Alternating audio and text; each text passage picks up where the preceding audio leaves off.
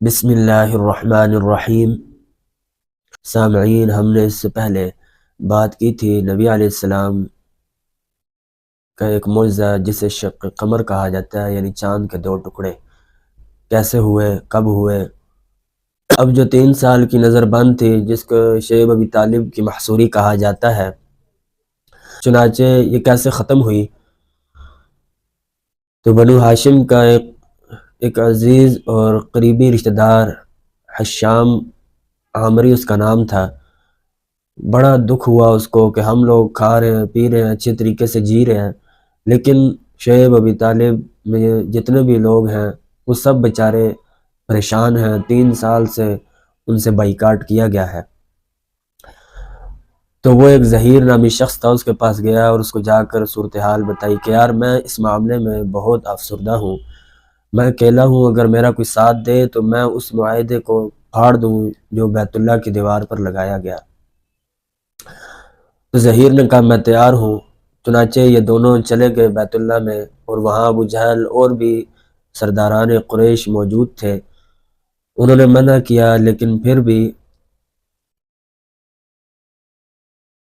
انہوں نے اس معاہدے کو ختم کیا، پھاڑ دیا۔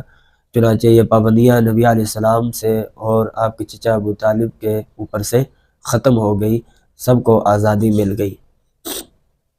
چنانچہ کچھ دنوں بعد پھر ابو طالب کی موت کا وقت قریب آ گیا۔ جب آپ کے چچا ابو طالب کی وفات ہوئی، قریب ہی وفات کے بعد آپ کی زوجہ حضرت خدیجہ کی بھی وفات ہوئی۔ بعض علماء نے لکھا ہے حضرت خدیجہ کی پہلے ہوئی ہے اور ابو طالب کی بعد میں ہوئی، اور بعض نے لکھا ہے کہ ابو طالب کی پہلے ہوئی، حضرت خدیجہ کی بعد میں وفات ہوئی۔ چنانچہ حضرت ابو طالب کی عمر نبی علیہ السلام سے 35 سال زیادہ تھی، یعنی ابو طالب حضرت حضور صلی اللہ علیہ وسلم سے 35 سال بڑے تھے۔ اور جب آپ کی وفات ہوئی تو اس وقت نبی علیہ السلام کی عمر تقریباً 50 سال تھی۔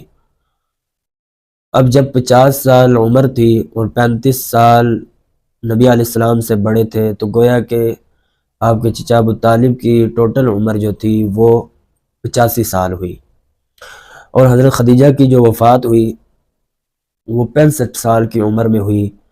گویا کہ 50 سال عمر تھی نبی علیہ السلام کی، اور آپ کی زوجہ حضرت خدیجہ کی عمر 65 سال تھی، کیونکہ جب نبی علیہ السلام کا حضرت خدیجہ سے نکاح ہوا تو 25 سال عمر نبی علیہ السلام کی تھی اور حضرت خدیجہ کی عمر 40 سال تھی، گویا کہ 15 سال بڑی تھی۔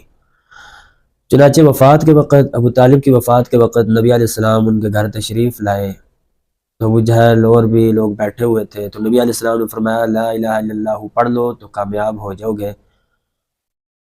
تو اس وقت ابو جہل نے کہا کیا اب آپ آباؤ اجداد کے دین کو چھوڑ کر کے اپنے بھتیجے کے دین پر چلیں گے؟ تو نبی علیہ السلام کے ان کے کانوں میں بھی کہا، لیکن انہوں نے اس بات کو نہ مانا۔ انہوں نے کہا بیٹا میں تو لا الہ الا اللہ پڑھنے والا نہیں ہوں۔ لیکن یہاں پر بعض مفسرین نے یہ بات لکھی ہے کہ حضرت عباس رضی اللہ تعالیٰ عنہ جو اس وقت اسلام میں داخل نہیں ہوئے تھے، وہ فرمانے لگے کہ موت کا جیسے ہی وقت قریب تھا، نزع کا وقت تھا، تو میں ان کے قریب گیا تو ان کے ہونٹ ہل رہے تھے اور وہی الفاظ پڑھ رہے تھے جو نبی علیہ السلام نے سکھلائے تھے، یعنی اسلام میں داخل ہو رہے تھے، لیکن آواز نہیں نکل رہی تھی۔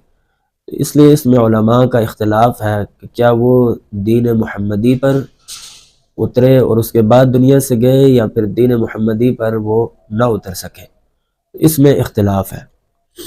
خیر، حضرت ابو طالب کی وفات ہو گئی تو نبی علیہ السلام کو بہت صدمہ ہوا۔ اس کے بعد آپ کی زوجہ حضرت خدیجہ رضی اللہ تعالیٰ عنہ کی بھی وفات ہوئی۔ تو ایک ہی سال میں تھوڑے تھوڑے وقفے سے جب دونوں غمگسار بھی سر سے اٹھ گیا، اور ایک ساتھی جس نے ساری زندگی ساتھ دیا آپ کے چچا، وہ بھی سر سے، ان کا سایہ بھی سر سے اٹھ گیا، تو نبی علیہ السلام بہت پریشان ہوئے۔